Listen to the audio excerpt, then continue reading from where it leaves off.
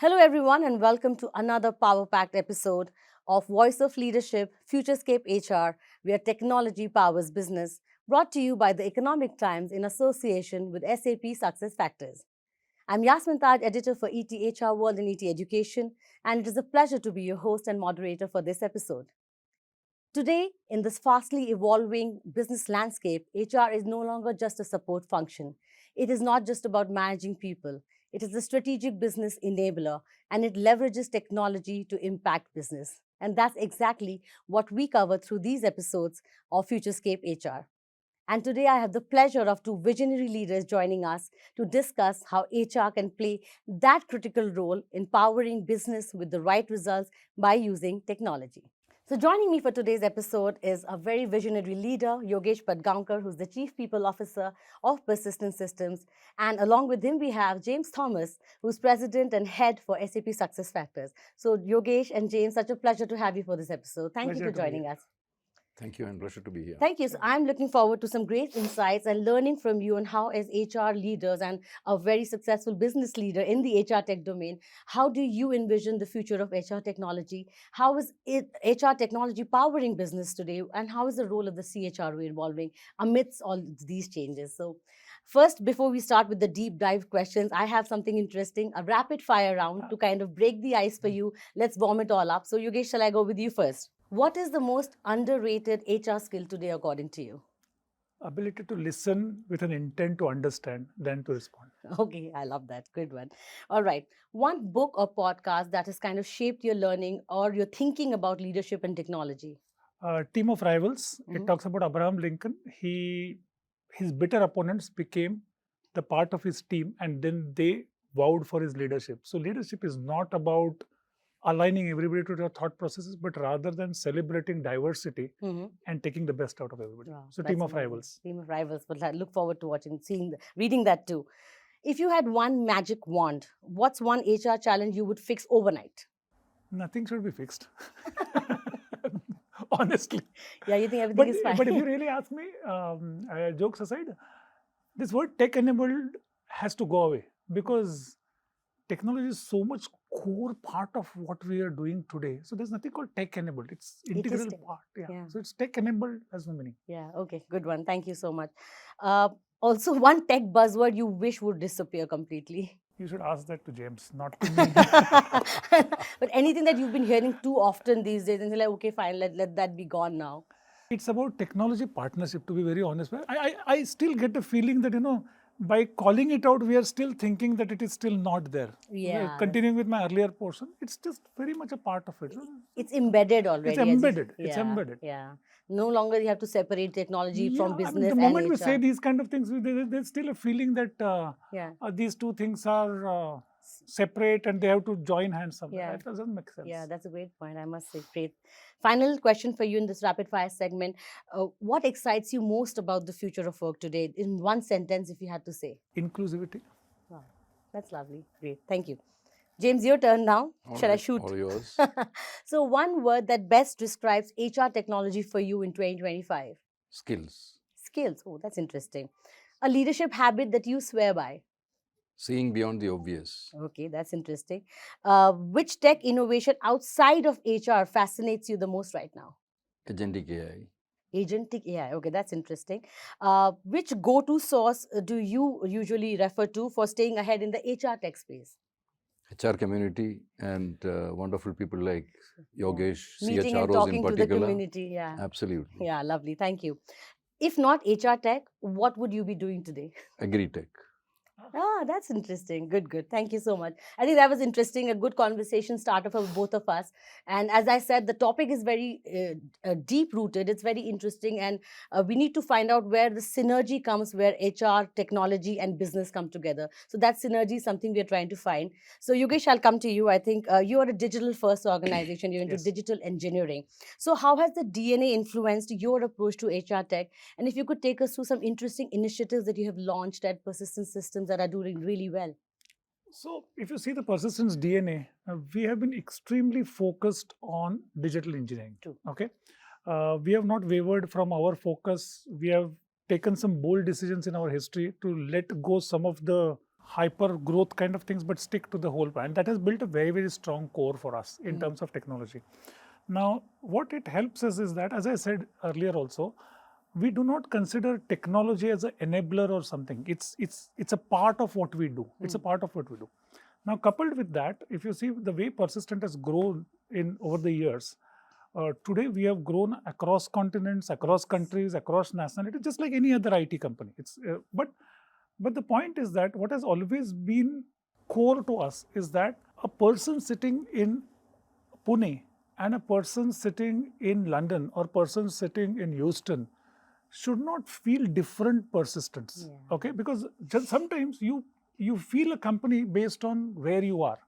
So the whole core because the kind of work that we do in the space of digital engineering requires a humongous collaboration. Absolutely. It's a teams across working on complex technical problems. So if they don't feel a part of one Persistent, we will not achieve our business goals. Yeah, So that's a really good the point. core. Yeah. So what we do is that the technology is adopted in a way that there's one Persistent. So wherever in the world I am sitting, I would experience the same. And okay, it sounds like a utopia. So there will always be differences. There will always be differences. Yeah. So what we did is that sometimes simplifying is a good solution for technology implementation. So what we say is that human factor adds empathy to a interaction, but human factor also adds differentiation to the way I perceive or receive something. The biases. The biases. Yes. So as much as possible, we launched an initiative a couple of years back, DIY, do it yourself. Okay. And we really asked the question, and that is where our tech DNA helps. We have this ability to ask these questions. Why can't it be done by the technology? And the technology is adopted not to make humans redundant, but it's to make humans more available for a better kind of engagement kind of stuff. So we did this DIY, and everything today, you're sitting in any part of the world, whether it is your onboarding, right from the onboarding, whether it is your own career navigating tools, whether it is your routine work that you need to do as an employee, or all the things that are available to you, they are available to you without checking with anybody. Now, this may sound very basic, but believe me, when this whole DIY comes under one umbrella, helped by the technology, helped by the AI, it just creates a uniform experience for a person. Otherwise, I keep saying one Persistent, but a person sitting in Pune will have a very different experience. A person sitting remotely. And our heart always goes out for that person who is sitting at the client site and really doing work for us. And if he does not get that experience, what we are doing doesn't count. You have to go to the last mile. You have to go to the last mile, and where the rubber meets the road. So this is all tech enabled. So human intervention has been taken out completely. No, it can never be. Exactly. See, my worry is that we always talk about technology and human as either or. It's very complementary. It's and. So the basics, the hygiene is taken care of by technology. The productivity is enhanced by the technology. It gets a uniformity. Then the human interactions are for something which requires empathy. And we don't only invest in technology, for example. Right now, my entire HR team has undergone, and right from my senior team members to everybody, we have undergone a course on psychology. Oh, that's interesting. And a working psychology. Think that, okay, fine. You have technology aiding you now. You better know how to converse with people. You better know how to really get into the higher echelons of human interaction. And we, as a company, we have always believed in going back to the basics. That's lovely. I love the point, one Persistent, one experience, everything is unified and simplified for your people. And that's helping technology make better humans and helping humans become better as humans as well. Technology helps humans to connect better. I agree. In my opinion. Totally. I mean, all of us are beneficiaries of that. So that's a great point. I think, and I come back to the point that you said that technology is not something that you look at separately now. It's so embedded into your systems. Everything that we do. It's your daily work. It's your daily life now. I take care of our Persistent University. It's a self-navigating. It's a kind of, I choose my learning paths.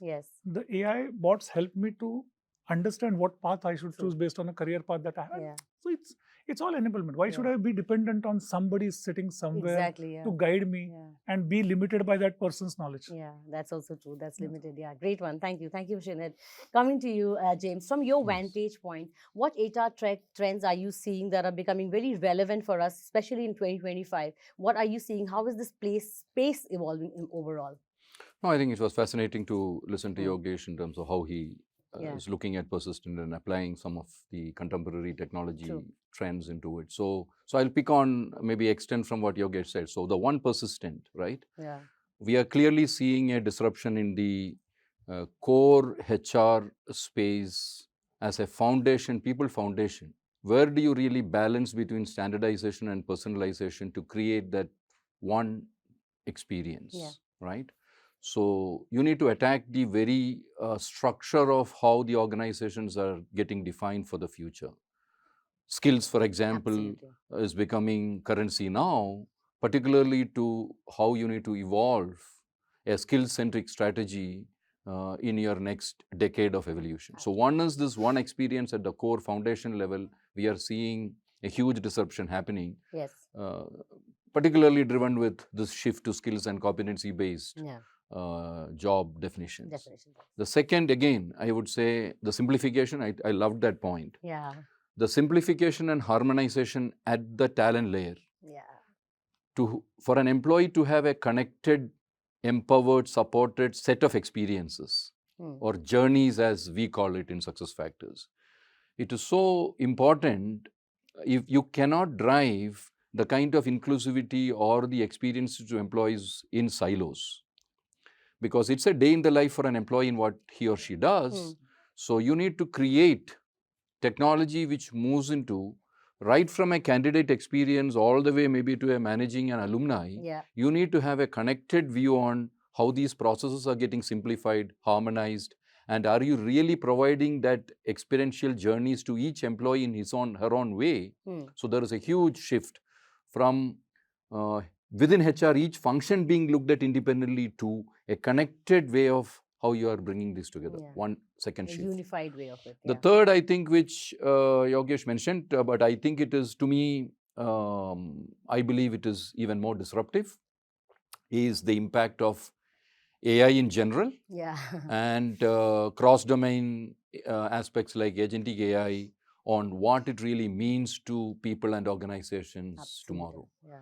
My belief is the pace at which it is disrupting is not being anticipated by leadership or even employees at this point in time. Yeah. And it is going to be pretty disruptive. I think I saw just Goldman Sachs talking of 300 million jobs in developed countries getting impacted in the next 2 years. 300 million jobs. Or if you look at internships in Fortune 500 companies has come down by 25%. Wow. 25%. So if you look at that entry level, so these are some initial statistics which third-party sources are placing into the market. Yeah. I think it is even more disruptive than that. So there is a need for us to create jobs as well, right? Different jobs while it's taking away some. So there is a reinvention. It's always a cycle, if you see. Yeah. When there's a change happens, this will go through the trough, but it will come back. It'll come back. Yeah, that's what I'm fingers crossed. So I think, so in 2025 currently, it is clearly there is a figuring out going on where the balance is. Where is, so if you look at the entry levels or the early levels to mid levels to senior levels, senior levels possibly, since it is strategic, since seeing beyond the obvious is important, maybe, and the roles are much lesser, it's the top of the pyramid, the disruption possibly is lesser. Yeah. I think the lower and middle is getting really impacted, and possibly the real challenge is for the middle. Yeah, I agree. Because reinvention is easier at the lower ends, right? For a young grad to change industries, change careers, or look at even what their skills are and change skills possibly is relatively easier. Yeah. But the middle level people who are already in the grind for a decade kind of, for them to reinvent, move industries or move roles, move skills, I think. So the third dimension, I'm just stating that is where skills-based hiring, I think the trend kind of connects to the first trend you spoke about. So this kind of builds up. Yeah, it builds is your core then, are organizations really, placing the core differently today to this aspirational system of intelligence that the world is moving to. Yeah, exactly. That's interesting. How about SAP SuccessFactors? How is it enabling organizations when it comes to these specific trends that you spoke about, James? Yeah. So traditionally, any HR platform or tool had a functional approach to things. Yeah. That's what the domain represented. We catered to them in terms of how we provide technology. Yeah. Now, as a platform, we are disrupting this ourselves so that we can guide organizations to embrace these better. Yes. So if you look at Employee Central, for example, which is our core HR platform, we are disrupting it with something called a talent intelligence hub to completely shift an organization's ability to redefine org structures, cost structures, project structures, people profiles, job definitions to a skill competency driven framework. Yeah. So we are moving that into our core platform. Yeah. Similarly, when it comes to the talent life cycle, you can't look at recruiting in isolation, onboarding in isolation, performance management in isolation. Yogesh mentioned learning, for example, right? It can't be looked at a theoretical way of people just getting skilled on a bunch of topics. It needs to be very contextual and embedded to the day in the life of that employee. So what we are also doing at the talent layer is to bring these processes connected and then look at how can employees be nudged, how can they be more personalized to individual needs while keeping the simplification and the standardization which is important for an organization.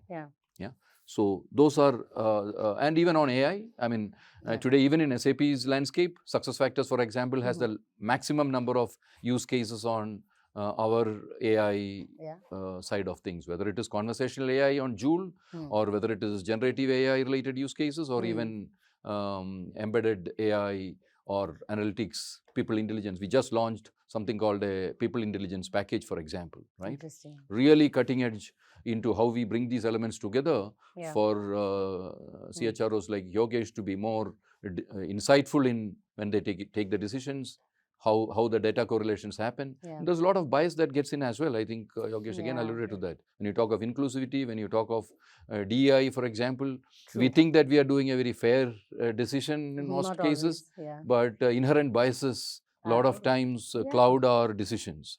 So how do you eliminate bias? How are you being a more responsible decision maker? Data is going to be very critical, I think, for CHROs to understand those insights and analytics. I think that's where the overall edge will come for them. So on AI, we are also focusing quite a bit on that relevance, responsible, reliable AI. It's not AI for just anything and everything without and impacting organizations with inherent biases. Sure. Great.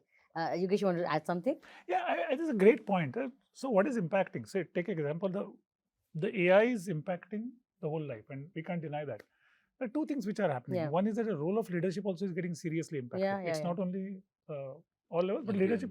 And somewhere I think the leader's key role nowadays is not to solve the problem, but to figure out what problem to solve. And that's a more difficult role. That's an interesting That's a more difficult role because there's a computing power. There's so many problems. and the computing power is almost unimaginable today. It is there. So the leader's role is really what problem to solve, not which problem. And that takes a little more thinking. Sometimes we get so action oriented that our ability to take a step back and think. And this sounds paradoxical in today's fast world, but that is something which is getting very, very crucial. The other thing is that with agentic AI coming in, we are very tuned to thinking either or. But how do our workflows change where agentic AI and humans will work together and they will be a part of a same process? Those processes need to be configured very differently. That is on the leadership side. On the people side, what is said, and yes, disruptions can be scary. We have taken a stand that we are an adult organization. Our job is to give you all the facilities, platforms and enablement for you to build your career. But building your career is your responsibility. That's a nice one. Because the moment organizations say that I'll build your career, you are actually causing a lot of harm to the person. Just say that you are responsible. And some of the technology uses that we did just now, we just made it transparent to people saying that this is what your action is. This is how the impact on your performance is.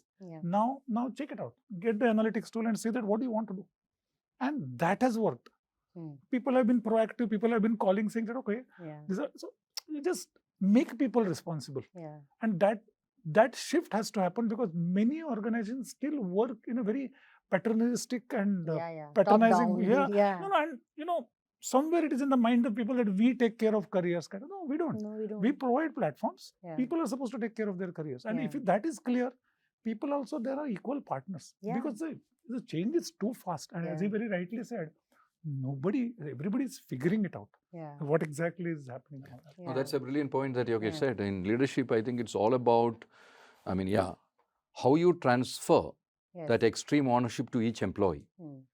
To the point on, they need to drive their careers. They need, so the moment that ownership pivots, and everybody says it's my business to do and manage it in the best possible way, because this disruption, the pace at which this disruption on AI or in general business disruptions are coming along today, leadership itself don't have answers to all of that. Absolutely. We are also figuring it out as the disruptions occur. Yeah, exactly. Okay? As vulnerable So then as the them. question is, can you drive that ownership as a community and make them partners? So that's a brilliant point in terms of making all the employees as partners in this ownership-driven journey. Show them the way. Tell them what's in it for them.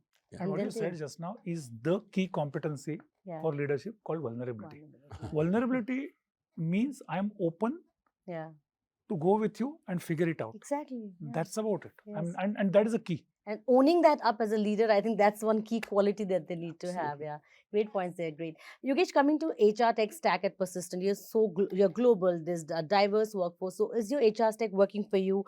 And what challenges have you faced, and how have you kind of overcome them? Challenges of any technology adoption are the same. Yeah. Now, I'm with this industry for now 32 years. And in my first job, my boss told me something very beautiful. And the ERPs were just coming into India. I'm talking about 90s, ERPs were just coming into India. And he told me, look, technology never fails. It's the change management that fails. Oh, absolutely. Right? Because technology is there. Technology is standardized. Yeah. Technology never fails. It's a change management that fails. So the way we started adopting technology is always top down. So for example, when the generative AI made the biggest buzz, the entire top leadership of Persistent was locked in a room for 2 days to understand. And our founder chairman, Dr. Anand Deshpande, he actually personally also took the session, because he being a PhD, he said, and we started right from, do you understand what does the model mean and how does it impact? And 2 days, then we said, okay, what are the areas in which we can make this change work for us? There's some segues came out of that. And from there, the different streams started. Then the people took it down. And how does it impact people? So every time you are impacting something to change the people, you take them along. And today the challenge is more little complex in a way. Earlier days, I would just call people in a room, discuss with them, and today I have to just ensure that I manage all the time zones. We get them together and I'm so thankful we did that, because some of the things we thought were coolest kind of stuff, people overseas, it doesn't make any sense kind of stuff. So, and these kind of differences have to be incorporated right in the beginning. Through the beginning, And you are never done. You're never done. Yeah, it's you are never done. When it comes on. to the technology adoption, you are never done. Yeah. So you go on learning. Say, oh, this is how I thought it works, but it's not working. So what? And the biggest challenge is, how do you not see, you buy the best stack, right? It has embedded best practices. True. Now, while you want to personalize it, while you want to create an employee experience, how do you keep the sanctity of that architecture of that stack? Because the moment you tamper with it too much, you're going to lose the benefits of the best practices which are flowing in. Yeah, exactly. At the same time, you still have to personalize it for the people. So if you really ask me, for us, we have been into this kind of iterative dialogues processes, and then right from onboarding, even recruitment. Sometimes the biggest frustration for somebody is that I have applied to a company, but I have not understood what is happening to my candidature and things that, right? Totally. So even that has been, there's AI used there where people get response, and people get very, very logical response. We know when to get the human interaction, because beyond the point, it can be a little irritating to get a technology response and kind of thing. So then onboarding, and in everything, going back to our earlier theme, make people responsible for themselves. So whether it is onboarding, whether it is doing your learning journeys, doing your performance management, everything. So wherever required. And technology is not for the heck of technology. How is it helping for people? There's a lot of user kind of inputs which are taken. I think to my mind, the biggest, and I wouldn't claim success, nobody should, okay? But the things that have worked with us is that we have always just talked to all stakeholders possible before doing any change. And that is the mantra. And even after that, sometimes we realize we missed out somebody. So then you figure it out again. But that's really the But reinvention is the key, right? You have to keep reinventing, keep reiterating the and you're never done. Yeah, you're never done. You're never done. Because change will keep coming. And it just requires, the whole idea is that don't get overwhelmed by the possibilities that technology offers. You be very clear what you want to get, what is the end goal, and how does the end user get impacted. And how does the end user get impacted is a starting point from where you come back. Sometimes you get too excited with the possibilities of a technology and we start this way around. I know. And then the end user says, there's so many technologies that will go completely boom because of this, because buying it, implementing it is still fine. Managing change and adoption becomes the issue. There's nothing called a bad technology. There's nothing about it. But what do you want is what you need to decide. I'll give you a very simple example. I use a car in this city, and my car has a ADAS. So technically the car can drive itself. I must have paid for that. Of course. Do I use it in the city?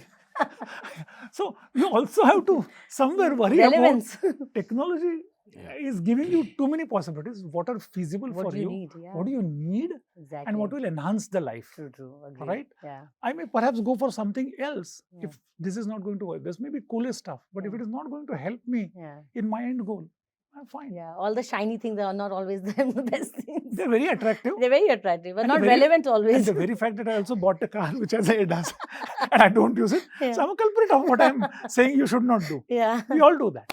Interesting. Thanks for sharing that, Yogesh. James, tell me, with new technologies, one is AI, of course, we've spoken. We have blockchain and metaverse. Also, they are beginning to play a role in HR here in India today. So, what's your perspective around these kind of technologies impacting HR and SAP's thought process around this? I think, to Yogesh's point, right? You can really get fanciful with the shiny objects, but not all shiny objects can really deliver or is purposeful for each organization. So I think some of these, frankly, we also did experiment with metaverse, for example. But I think if you ask me today, metaverse has gone off the rocker. Strictly speaking. So some kind of avatars and all that keeps happening, but mainstream, if you ask me, AI has just blown some of those intermediate stuff away. So at SAP, at SuccessFactors, what we really look at is, as an enterprise class approach to this, we need to look at what kind of technology can stand the test of time, at least for a reasonable window, right? You can't have this, spray and pray or pushing organizations to get fanciful with things, which after 6 months, after 18 months, they say, what have we got to do with this, right? So that is our focus in terms of some of these. So, I mean, blockchain, for example, I don't think in the HR world it has really cut in. But in the financial services world, possibly there is a lot of use cases emerging. So it's also industry specific in the way what technology is relevant to a people dimension, right? Or what, because human beings are a very unique piece, right? I mean, it's possibly the only resource with unlimited potential and unlimited ambiguity. I like that part. Ambiguity will always So unless you really... I'm eternally grateful for that. That keeps me employed. Correct. That keeps all of us employed. Correct. So you can always say that the organization's productivity can go up, right? And I am helping you figure out the person. That's why you have given trainings to your HR team on psychology. Sometimes, we all need to go back to our basics. Absolutely. We all need to go back to our functional basics, and there's a merit in that because the basics don't change. So I want to touch upon one point. Absolutely. One of the areas, because it's a critical interface between a human being, as we are discussing, this fascinating person, and technology. I see the biggest implosion happening is a cultural implosion. Okay. To me, from my vantage view of speaking to leadership, HR community, leaders in CHROs and HR leaders, the cultural shift, okay, or what should the culture of the organization be? Now, these are not, even for a startup or for a legacy organization, 80 years, 100 years also, culture is, while there are certain fundamental guardrails to how that conglomerate or a Tata's or you take and pick any organization for that matter, and how it evolves, this disruption of technology and then the generational dimension, you look at an Alpha today or a Gen Z today to a Gen X, combine this in terms of the cultural kitchen we are in an organization. I think the biggest challenge for leadership today is to understand where the cohort groups are and where should you materially navigate this. If we don't as leaders understand this fine balance between technology, people and culture and drive this coherence, we are going to get a very divergent execution layer from the strategies we laid out. And I am seeing that imploding in a lot of organizations or organizations thoroughly confused with what happened to my culture. Such a brilliant point, because I think the organization need to define what is not compromisable. Yeah, that's a good point. I can talk for Persistent. If anything that reduces inclusivity or transparency, we will not go for that technology, howsoever cool it may be. So what you said is absolutely real, and you need to be very clear what are the strict no's that this is not compromisable, because organizations are organic. They're built over a period on the set of belief systems, and there is nothing right or wrong. Each organization has its own belief system, and anything that contradicts that belief system should not be touched. I agree. So it is inevitable, right? Changes will keep happening. What do you keep as the core?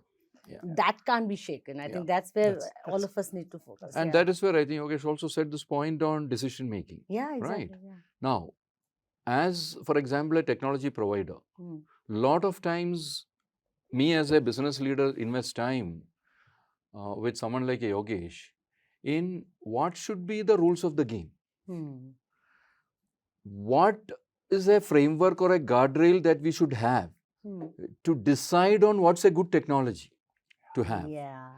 Are you really looking at a platform-driven, interoperable, personalizable approach, or are you really, getting short-sighted with certain aspects just because there is too much of brouhaha around it or too much of noise around it?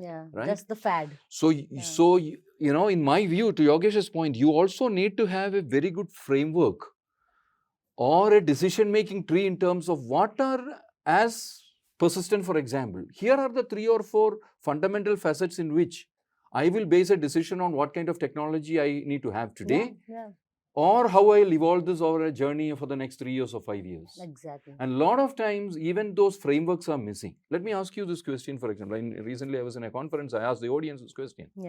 About 200 to 300 people sitting there, largely HR and IT communities. I asked them, how many of you who representing these organizations have a governance framework for AI, for example? Only one hand went up. Oh my God. In a 300 strong audience, maybe representing 150 to 200 organizations. Can you imagine that? And they are all, when you look at statistics or a research, 70% of organizations are deploying an AI use case or many AI use cases. But not even 10% of organizations possibly have an AI governance framework.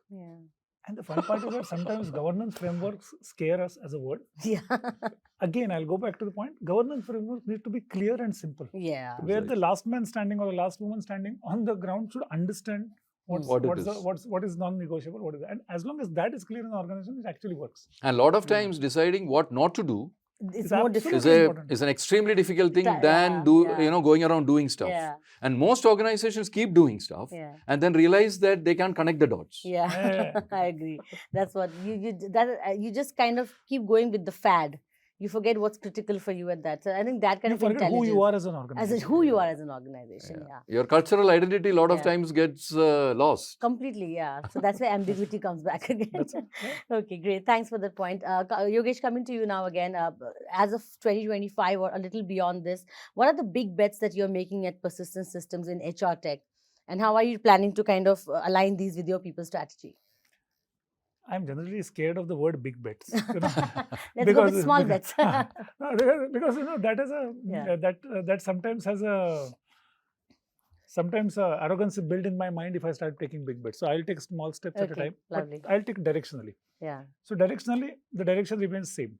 See, AI and technology for productivity is like a given. It's a hygiene. That's like done. So that's a base foundation. If you don't have, don't even think of anything else about it. So have you built your own tools? Yeah. So we have our own own AI bots and everything is there. All there. Where the routine operational stuff people can take care of all these things. Now what is happening is that now how do you build on the human experience based on that? Now it has two aspects. One is that uniformity and scaling. Yeah. The technology adoption is for these two drivers. One is to bring that one persistent and one is to bring the scale. Because what has worked for us say when we were 10,000 or what is working for us when we are 25,000 will not work for us when we are 50,000 or whatever. Yeah. So the scalability is equally important. So what we are doing is that simple questions you have to ask more than the technology, but the simple questions that we are asked. And my 3-question framework is always my pet framework is: what problem are you solving? Whose problem are you solving? And how do you know that the problem is solved? Now these 3 questions look ridiculously simple. Yeah. So every time my team also comes with me with all of us get excited about initiatives and technology and stuff like that. So we just ask these questions, and most simple of the times questions, we realize we are solving our own problems. Nobody's bothered about it. I said, then why do you want to want to do it? Yeah, and when people started filling those columns, a lot of funny interactions we had in our reviews. That is one. So now coming to the directionally 2 things. One is that anybody who is in persistent anywhere in the world can be completely self-sufficient, will completely be aligned to the vision and what is the direction, and can navigate on her or his own. Absolutely. Now, what does it mean? I join persistent. I get to know persistent without anybody. See, this buddy and all those things are great things, and buddy I'll still have for a human touch. But to depend on somebody to tell me what this organization is about is just no. But that somebody will give me his or her version of organization. What does an organization intend to be? That intent has to be understood at the fastest, and that's a productivity part of it. But the technology plays a major role in that. And today, the way we have built the content hubs and things like that, anybody who intends to do that can get it in terms of what is the intent of an organization. That is the first onboarding piece. Then comes your learning journey, your career map. Now, careers also, there are some intuitive bots, and I will admit some of it is at a preliminary stage, for example. But what we are doing is that we HR people are very fond of competency language. So when I was having a debate with my team saying that this is our language, just leave it out. This is our technology language. This is our jargon. So we are building something in a simplistic form which will have a conversation with a person, and based on that conversation, we'll suggest on what job family you should go for. Now, if you go for a job family, then why don't you take a self-assessment? See, self-assessment is very respectful because, okay, I'm taking a self-assessment, nobody is assessing me. And that's where technology sometimes can actually give a great. Now, I do a self-assessment, I get my own understanding. Okay, I thought this, but this is what. Okay, I have taken a self-assessment. It also leads me to the university, saying that, okay, if you really want to go there, these are the paths you need to take. These are the prerequisites for that. So the person starts navigating. Then kicks in what you are employed for. What is your performance management system? That gives you the complete data, and it is all visible in terms of where am I on an ongoing basis. So at leaders level, they can see their own dashboards without anybody. So, I mean, we have dispensed with this thing that I have met my expectation, and all that has gone at the leadership level. That's very interesting. I can see my own dashboard. I can see my own career, my performance, all that. At a leadership level, we have not been able to do it. But we'll get there at a point. So that takes care of that. And you navigate your career, you navigate your your life in persistent, and you take the decisions. So the directionally is, we have this concept called me enterprise. I am the enterprise. Oh, that's so nice. The company which has been started by an entrepreneur always has an entrepreneurial thought at heart. So that me enterprise is something which is the vision, saying that can we make a person so self-sufficient that she or he does not need anybody to guide, navigate, and you contribute to the persistent. So the entire stack is built on that. So what I said about DIY is a very basic stuff in that direction. Hmm. Now you start building on that. Wow. So the productivity is taken care of.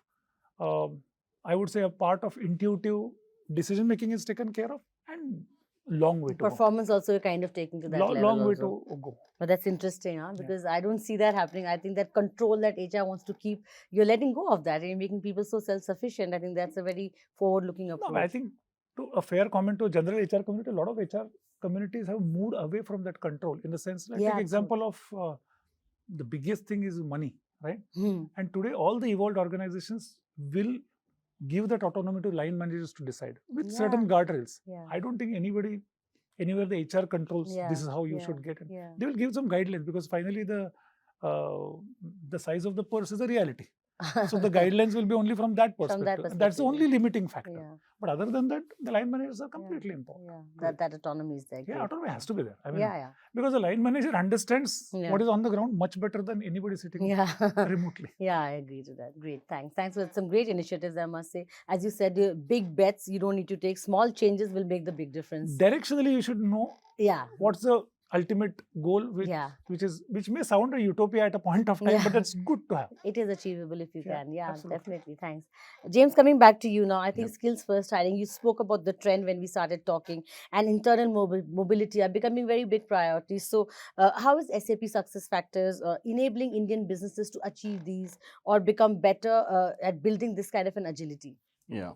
So very clearly, with all that we have been discussing over the last Yeah. 20-30 minutes, Yeah. it's very clear that as a technology platform provider, our outlook is how can we enable organizations and leadership and the entire employees in an organization through this transition in the best possible way. As Yogesh said, you got to have a North Star directionally. Absolutely. And then it's a journey that you evolve.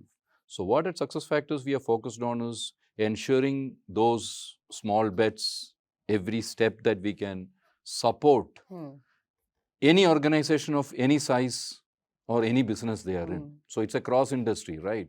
There are so many industries we cater to, so many sizes of organizations we cater to. For example, in India, I have a 100-employee customer who uses me to a 280,000 employee customer who uses me just in India itself, right? And globally, imagine then, right?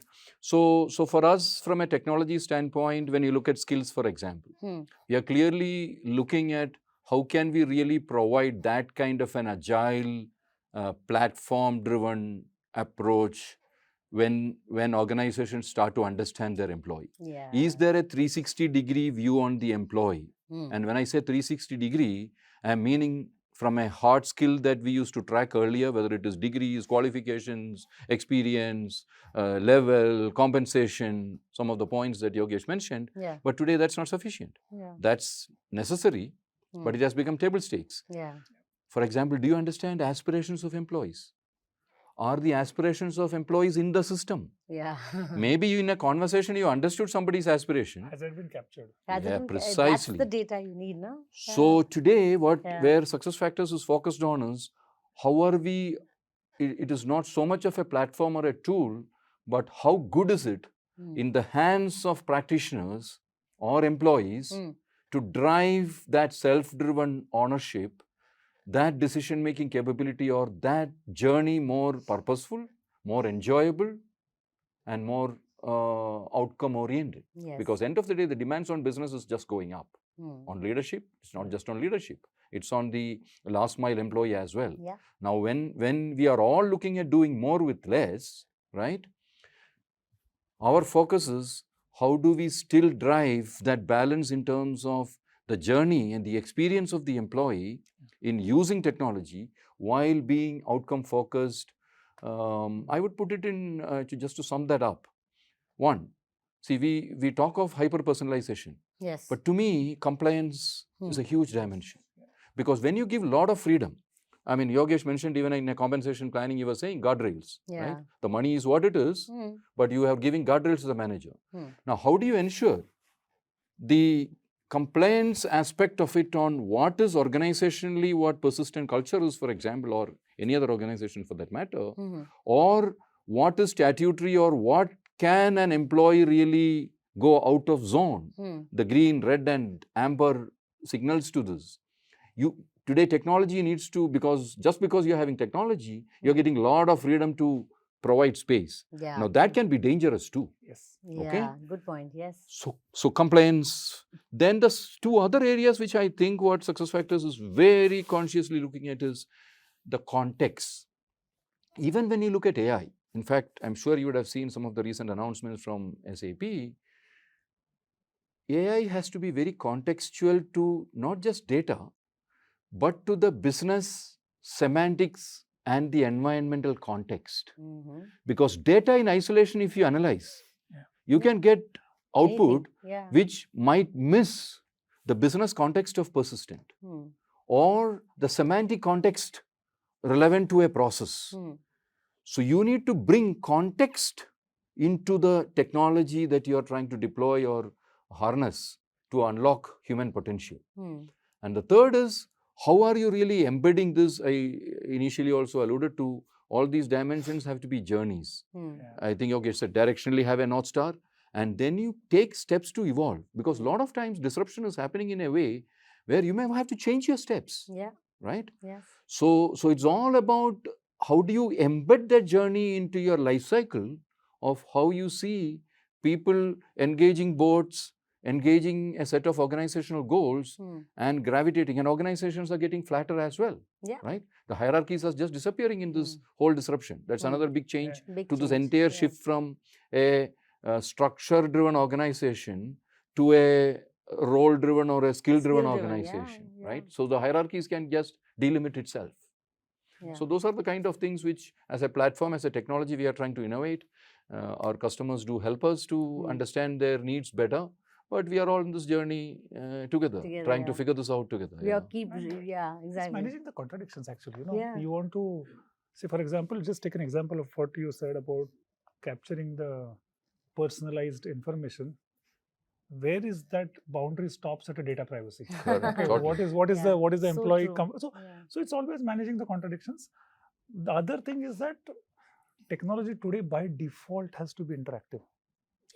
Yes, it can be dashboard is a passe. Okay, dashboard looks very nice, but what do I do with it? Yeah, if I can't interact with it. So just taking a very simple example of compensation planning, identifying top talent or whatever you call it, we give those interactive dashboards to our line manager saying that if you take this and this is how it will look. The dashboard, everything has to be interactive, because finally it has to be a decision support. I mean, technology for giving information has no meaning. Kind of that. And that's why I think you do bite-sized changes, help them to understand things better, and you figure it out. The whole idea of not taking big leaps is not to not disrupt or something, but the whole idea is that do something consciously, because there's a lot of contradictions inbuilt into this whole journey. And that is a line mines, if you ask me. So in order to enable change, you need to kind of give, then take smaller steps and help. You will take some big steps, but go on taking smaller steps rather than waiting for one fine day. You will take the biggest kind of step. That's a trick. So otherwise, the biggest step will befall on you. And you like COVID happened. Suddenly, and you had to take all the changes.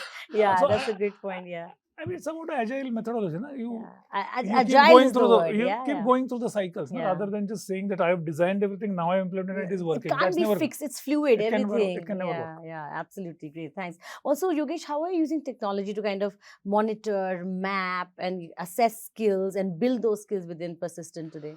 So the Persistent University, as I said, has a complete self-assessment tools that I can get this thing. The managers have an assessment ability where they can assess somebody at a skill levels and stuff like that. And at a skill level, say for example, there are two types.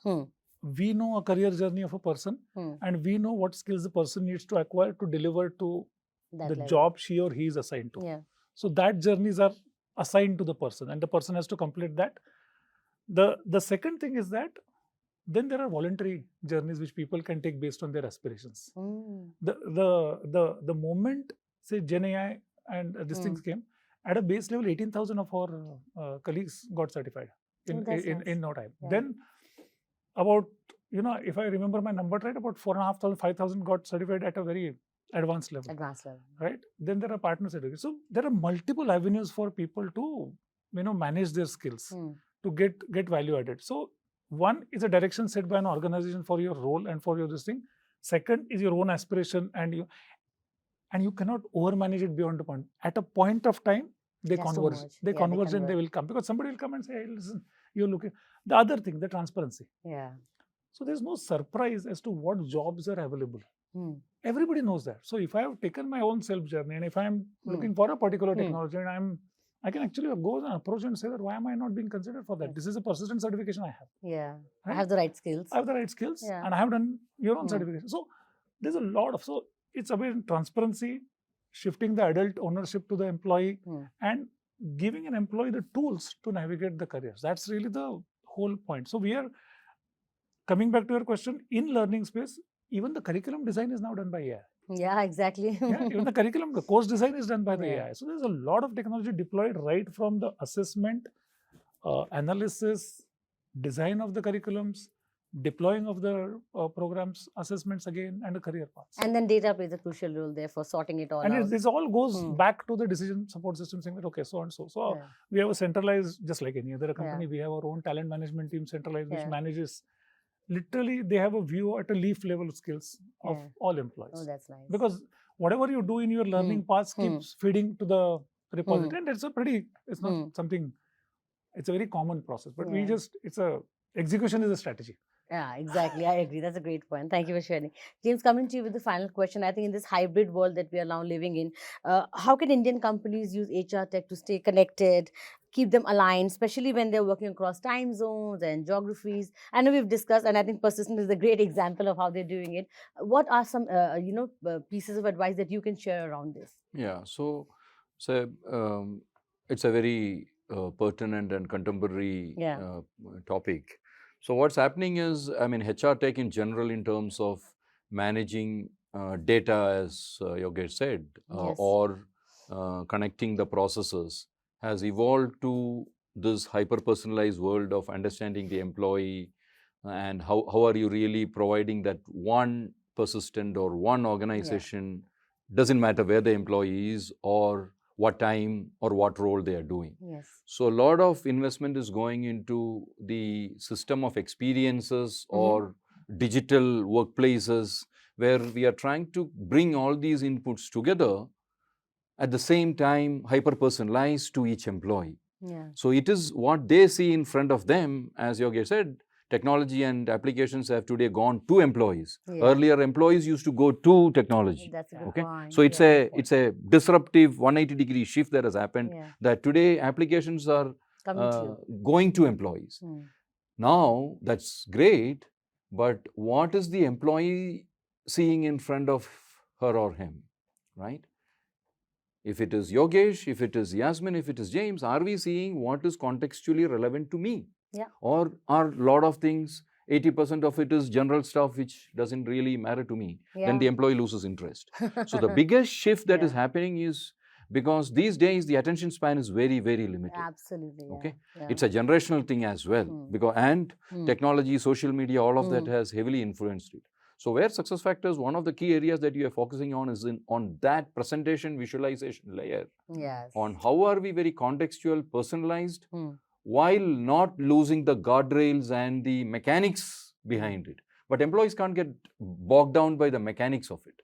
They need to be, in that enjoyable Netflix, Amazon, seamless, personalized world where they see that, oh, this is very relevant to me in the moment. So how do you make employees stay in the moment is where SuccessFactors is really looking at changing the game. Yeah, that's So university, we've actually created OTT kind of Wonderful. experience. Yeah, and we call it OTT platform. Oh, that's nice. OTT kind of an experience. Precisely. And I think any technology can use for a good human touch. I mean, it can be a very a simple technology which is a day-to-day, but you can still use it to create a lot of, humanness. Touch points. It's very fresh in my mind. Last evening, the global HR team, we suddenly realized a lot of us have pets. Okay. So we had a virtual pet meet. Now using Teams call, all of us were on. Showing your pets? Yeah. Wonderful. And talking about it. Now that's a normal, so nice. normal team window, which sometimes can get very boring. Yeah. This was good, fascinating. This is a vibrate. This is just the vibe. The point is, what are you using technology for? Can you use to make life better, vibrant, inclusive for people? Yeah. And I got to know so much about my colleague in Mexico. just through that informal this thing. So technology, simple technology can be used also to break barriers, Yeah. to connect with people. So to my mind, I mean, technology is a core. I mean, it's a, Yeah. without it, I can't even think of. Yeah. How You do couldn't we have stay- done this Done that. humanly possible, yeah, Correct. right? So I think that technology, that's the It would have best taken you example. maybe 5 years or 10 years. Yeah, But yeah. it Let's still all wouldn't have slide happened. out. I mean, take this very, Yeah. very simple example, may sound a little flippant, but yesterday, my colleagues from Mexico, Costa Rica, US, Europe, India, all of them were sitting together and they were bonding on something common called pets. Yeah. Because Amazing. we all work together. Sometimes we are interacting on the mails and those email IDs are there, but we don't know who the person is Behind them. behind that email ID. Now, Yeah. how do you know the person? And unless you use technology to demystify and just get to know a person, Yeah. you will never build a connected organization. I agree. And, That's such a and it's the intent of using technology also Yeah, equally important. yeah. It's not a technology for the heck of it. Exactly. Technology to bring humans together. Yes. Actually, that's what we need to go for. Absolutely. And technology Yeah. has done a great job in bringing people Already, together. Yeah. I mean, my generation had lost complete touch with our batchmates. Look You're at what back. is happening. Everybody is having those alumni networks Exactly. like going crazy. Eh? Technology Yeah. can also move people apart. Yeah. That's also there. So the So challenge. that's why it's so That's why important it is the to intent. use it the right way. The Right. intent. Yeah. Absolutely. You right. Yeah, that's the Absolutely. whole thing. Great. So as we wrap up this episode, one final question is again one rapid fire that I'd like to end up with. Yogesh, as a CHRO, as a Chief People Officer, what advice would you give to another HR leader on how can he build that impact to business while using technology? While I know it's all happening there, but I hope the message is out there to the C-suite. It's clear to the CXOs that the change and the impact is getting clear. First of all, I'm learning so much. I don't know. I'm qualified to give an advice, but on Yeah. a forum like this, you when can somebody share, asks, exactly. I'll share what my thought is at this point of time. I think let the intent first be clear, Yeah. and then let the end user be in the mind, Yes. and then take the path. And be very comfortable if you don't understand the possibilities of the technology. There are enough experts to tell you what are the possibilities of the technology. Your job is to really stick to what is the North Star, as you said. What is the North Star? Yeah. What is the direction? What is the intent? And how the end user's life should change. Change. Like, it for back. example, the HR vision statement we have in Persistent is that making Persistent a phenomenal place to build life. Oh, that's so nice. We are not talking about career, we are life. Yeah, life. Now, once that is the direction, then the simple question is it meeting that purpose? Is it not? That's a good kind of a decision-making test. Yeah, lovely. So that's about it. Great thought. Keep the intent very clear. I think the impact will start showing once there's Absolutely. there. Thanks. James, your thought also. The tech leader, what advice would you give to CHROs on are they missing out on something and what is it that they can do to make that right impact to business? Invest in the right technology with partners like SuccessFactors. That was upfront and clear. No, Mic more drop. importantly. No, Yeah. more importantly, I think it's about, see, a lot of times what we find is organizations definitely invest in technology. As Yogesh said, it's become part and parcel of True. journeys. But it doesn't stand the test of time. Yeah. So taking that as a journey, looking at your North Star, and then picking partners who can really support you through that journey. I think organizations still are struggling through defining those partners. Yeah, I agree. I would say you should look for partners who really are, Yeah. supporting that supporting journey. that journey, that vision that you want to kind of live through each day in your organization. Great. Thank you so much. So on that note, Yogesh, James, that was a wonderful conversation. So much to learn. I think we really went beyond time because there was such interesting insights coming out from your side as technology being one thing that it's embedded in the culture. You can't ignore that. Change is happening. How do you just kind of reinvent yourself? How do you make it a seamless experience, one vision for all your employees? I think that's where technology and HR come together. They've already come together, but that's the kind of change that they are putting forward together. So I think that was great insights from the both of you. Thank you so much for joining us for this conversation. Wonderful. Thank you so Pleasure to much. be here. Thank Wonderful you so talking to you. much. Thank you so much. And to our viewers, thank you for joining us for this episode. I hope you have taken some key takeaways from this insightful conversation that you can go back and apply to your own organization. Do keep watching us for more such exciting episodes of FutureScape HR, where technology powers business, brought to you by the Economic Times in association with SAP SuccessFactors. Until then, let's keep powering business with the right leadership and the right technology. Take care of yourselves until then. Bye-bye.